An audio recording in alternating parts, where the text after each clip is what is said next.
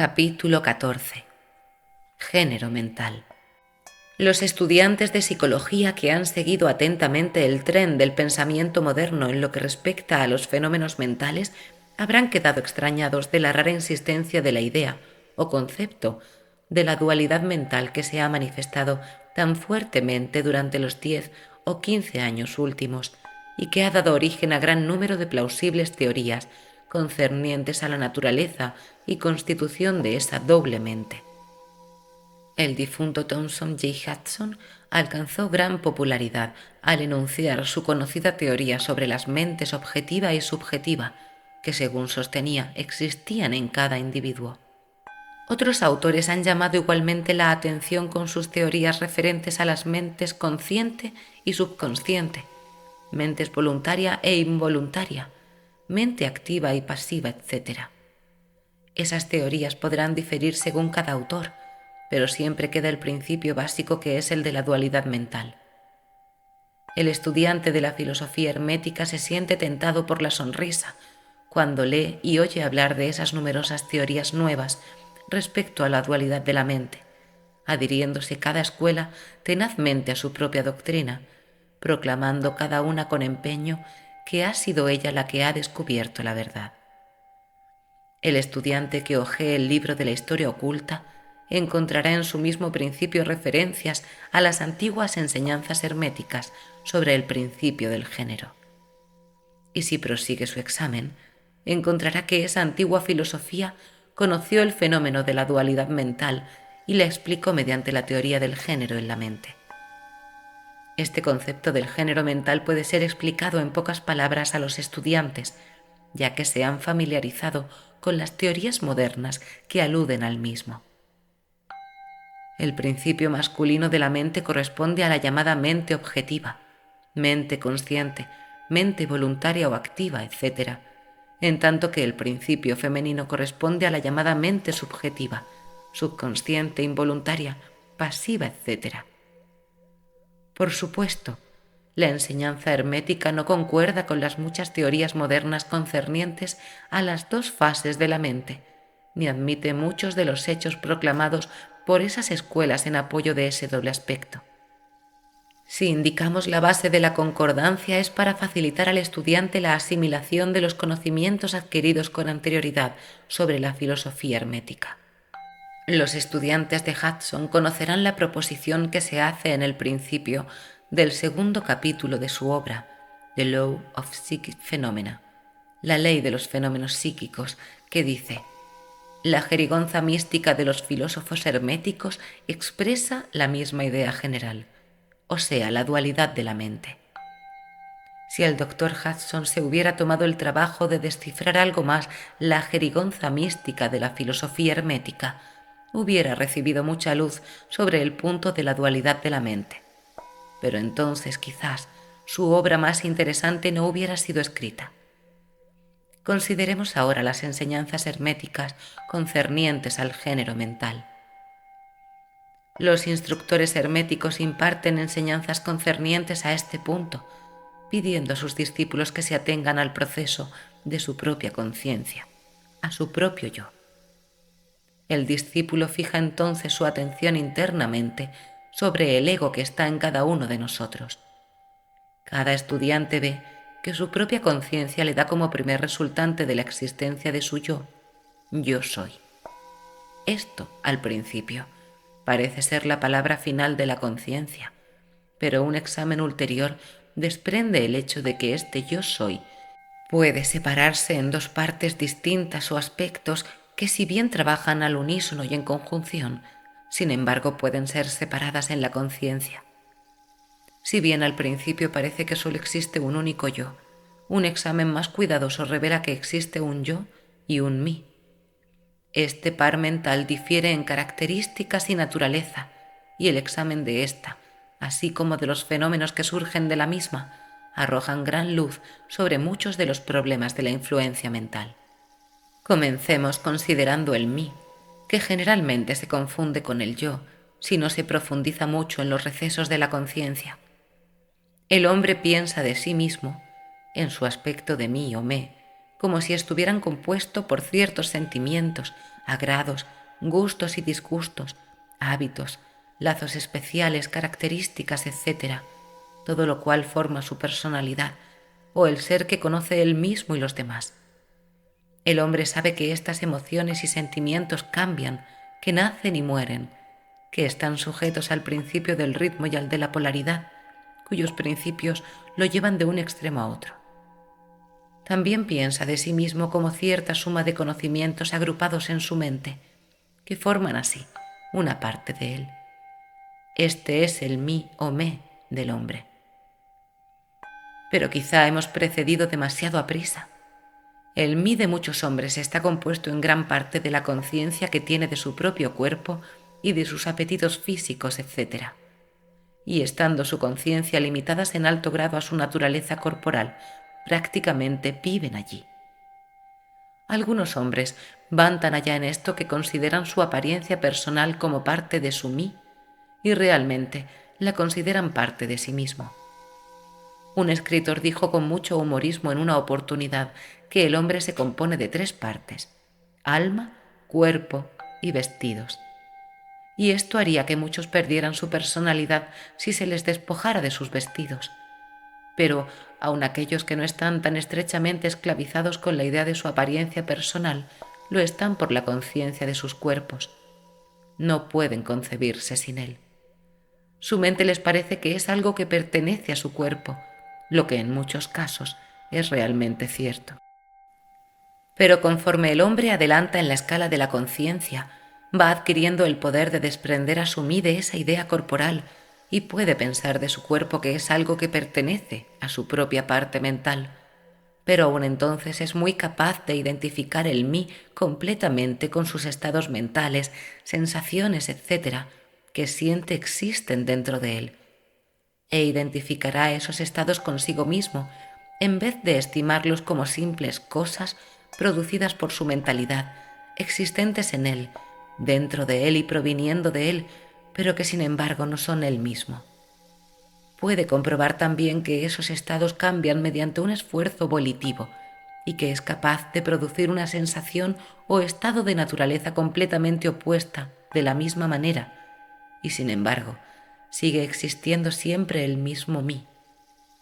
Después de un tiempo, podrá así dejar a un lado esos diversos estados mentales, emociones, sentimientos, hábitos, cualidades, características y otras posesiones personales, considerándolas como una colección de cualidades, curiosidades o valiosas posesiones del no-mí.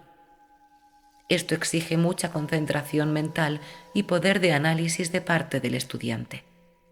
Pero ese trabajo es posible, y hasta los que no están muy adelantados pueden ver en su imaginación cómo se realiza el proceso descrito.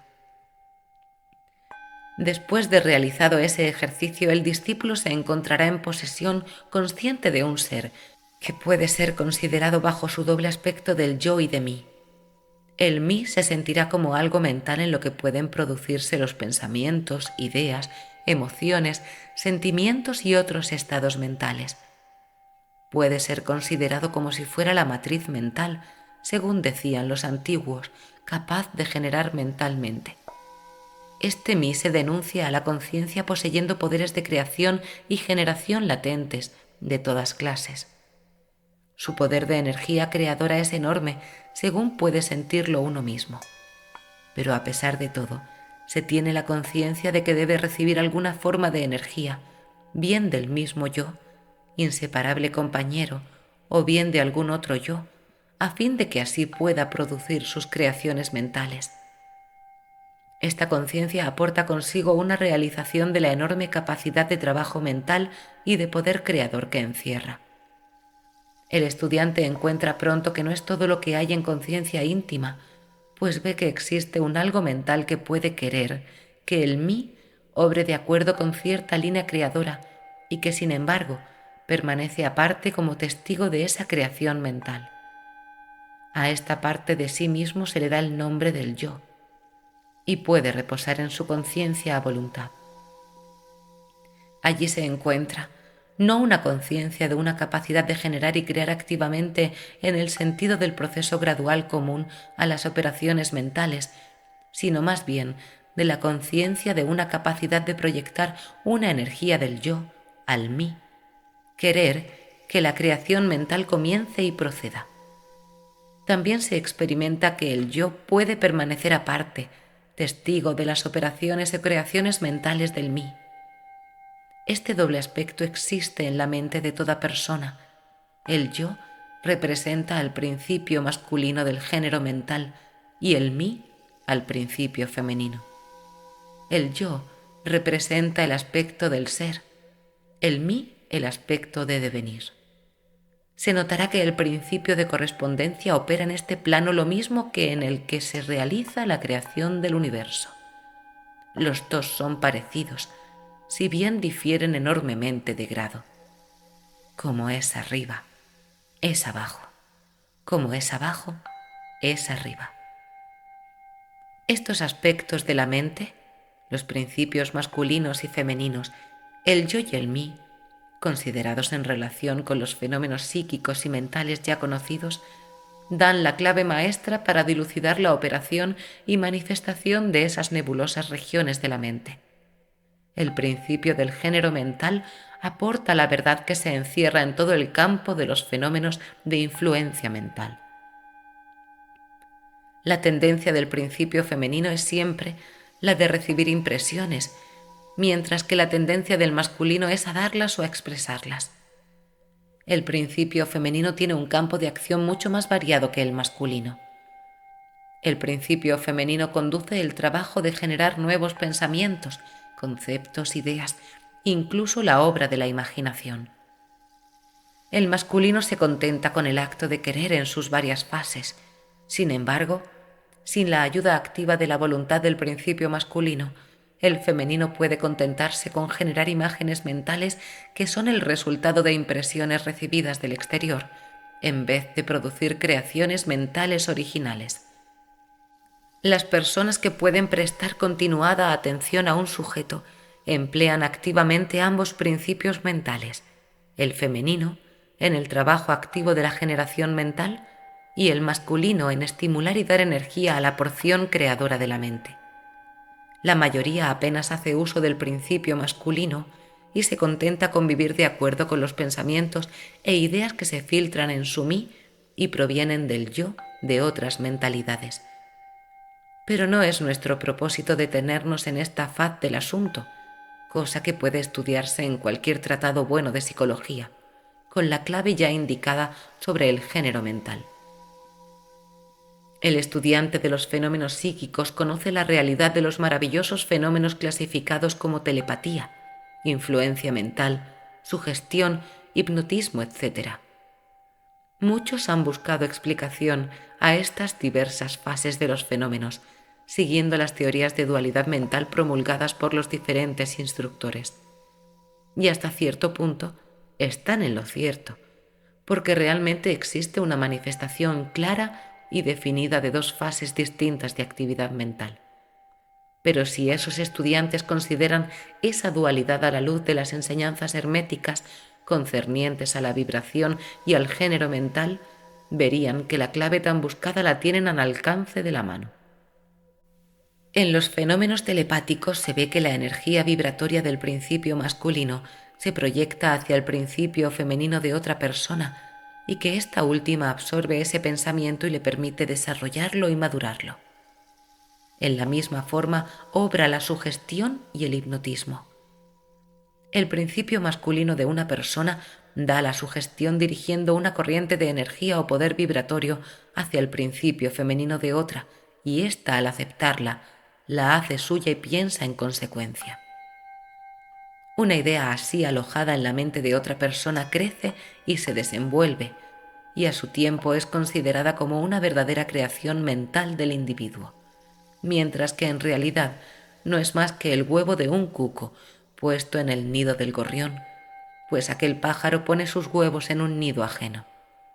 El proceso normal es que el principio masculino y el femenino de una persona obren coordinada y armoniosamente conjuntamente, pero desgraciadamente el principio masculino del hombre corriente es demasiado inerte y perezoso para obrar, y él y el despliegue de poder volitivo es muy ligero, y en consecuencia La mayoría está dirigida por las mentes y voluntades de los demás, a quienes se permite querer y pensar por uno mismo. ¿Cuántos pensamientos u obras originales hace el hombre corriente? ¿No es la mayoría de los hombres simple sombra o eco de los que tienen una mente o voluntad más fuerte que la suya?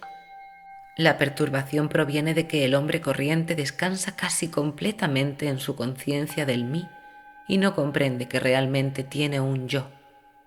Está polarizado en su principio femenino mental y su principio masculino, en el que reside la voluntad, está inactivo e inerte. El hombre fuerte del mundo manifiesta invariablemente el principio masculino de voluntad y su fuerza depende materialmente de este hecho. Y en vez de vivir en las impresiones que le producen otras mentalidades, domina su propia mente mediante su voluntad, obteniendo así la clase de imágenes mentales que quiere y dominando así también las mentes ajenas de la misma manera.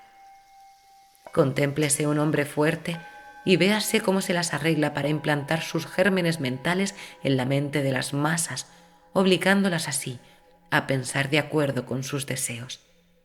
Este es el por qué las masas son como rebaños de carneros, que nunca originan una idea propia ni emplean sus propios poderes y actividades mentales. La manifestación del género mental puede notarse en todas partes diariamente. Las personas magnéticas son las que pueden emplear su principio masculino para imprimir sus ideas sobre los demás. El actor que hace reír o llorar a la concurrencia está haciendo uso de este principio. Igualmente sucede con el orador, político, predicador o cualquier otro que atraiga la atención pública. La influencia peculiar que ejerce un hombre sobre otro es debido a la manifestación del género mental según las líneas vibratorias ya indicadas. En este principio está el secreto del magnetismo personal, de la fascinación, etc., así como también de los fenómenos agrupados bajo el nombre de hipnotismo. El estudiante que se ha familiarizado con los fenómenos generalmente denominados psíquicos habrá descubierto la importante parte que desempeña en los citados fenómenos esa fuerza que la ciencia llama sugestión, por cuyo término se indica el proceso o método por el cual se transfiere una idea o se imprime sobre la mente de otro, obligando así a la segunda mentalidad a obrar concordantemente. Una verdadera comprensión de la sugestión es necesaria para comprender inteligentemente los varios fenómenos psíquicos a que la sugestión da origen. Pero aún es más necesario el conocimiento de la vibración y del género mental, porque todo el principio sugestivo depende de estos. Los escritores sobre la materia de sugestión dicen que la mente objetiva o voluntaria es la que hace la impresión mental o sugestión sobre la mente subjetiva o involuntaria, pero no describen el proceso ni indican alguna analogía mediante la cual sea más fácil comprender la idea. Si se contempla el asunto a la luz de las enseñanzas herméticas, se verá que la energetización del principio femenino por la energía vibratoria del masculino está de acuerdo con las leyes universales de la naturaleza, y el mundo natural ofrece innumerables analogías que facilitan la comprensión del principio. En realidad, la doctrina hermética afirma que la misma creación del universo obedece a dicha ley y que en todas las manifestaciones creadoras sobre los planos espiritual, mental y físico siempre está en operación el principio de género, la expresión de los principios masculino y femenino. Como es arriba es abajo, como es abajo es arriba.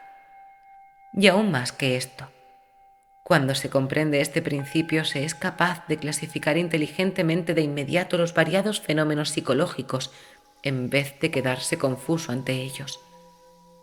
El principio realmente trabaja en la práctica porque está basado sobre las leyes universales e inmutables de la vida. No entraremos ahora en una dilucidación detallada de los diversos fenómenos concernientes a la influencia mental o a la actividad psíquica. Hay muchos libros, en su mayor parte muy buenos, que se han escrito últimamente sobre el asunto. Los hechos principales señalados en esas obras son exactos, aunque los diversos autores tratan de explicarlos por las diferentes teorías de su propia cosecha. El estudiante puede familiarizarse con estas materias y, utilizando la doctrina del género mental, podrá coordinar convenientemente la masa caótica de teorías y enseñanzas en conflicto, y podrá además adueñarse completamente del asunto si a ello se sintiera inclinado. El objeto de esta obra no es el de dar una explicación extensa de los fenómenos psíquicos, sino más bien el de indicar sencillamente la clave maestra que abre las muchas puertas que conducen al templo del saber si se desea explorar su interior. Creemos que al examinar las enseñanzas encerradas en el Kybalión es fácil encontrar la explicación de muchas dificultades que confunden. De nada sirve entrar en detalles referentes a las muchas características de los fenómenos psíquicos y mentales si al estudiante le son dados los medios para comprender el asunto que atrae su atención. Con la ayuda del Kybalión se puede entrar en cualquier biblioteca, pues la antigua luz de Egipto iluminará las páginas confusas y los problemas oscuros. Este es el verdadero objeto de esta obra. No venimos a exponer una filosofía nueva, sino a suministrar las bases fundamentales de la antigua enseñanza universal que esclarece todas las doctrinas y que servirá para conciliar todas las teorías, por diferentes u opuestas que parezcan. Suscríbete al canal La Rosa de Alejandría, comenta y comparte este vídeo.